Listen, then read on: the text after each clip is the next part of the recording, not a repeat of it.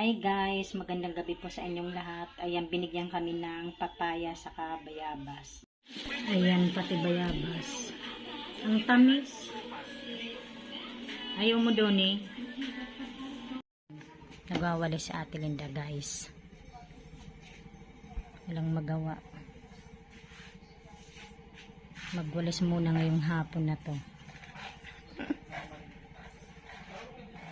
Ayun na, nakarating na sa Ate Linda sa labas magwalis.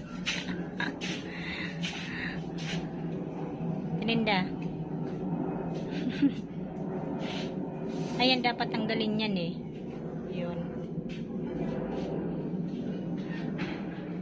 Ayun si Mingming ah. Nasa labas.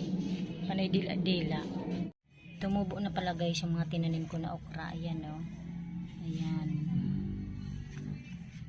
Tapos ito. Mabilis siyang tumubo. Hindi katulad nung una. Ito pa oh. Ayan. Yung pa sa dulo. Yung ampalaya ko ayan oh. May bulaklak na rin pala. Sa wakas. Kala ko mamamatay. Ayan guys, hanggang dito na lamang. Maraming salamat po sa inyong lahat sa panonood sa aming channel. God bless everyone. Bye.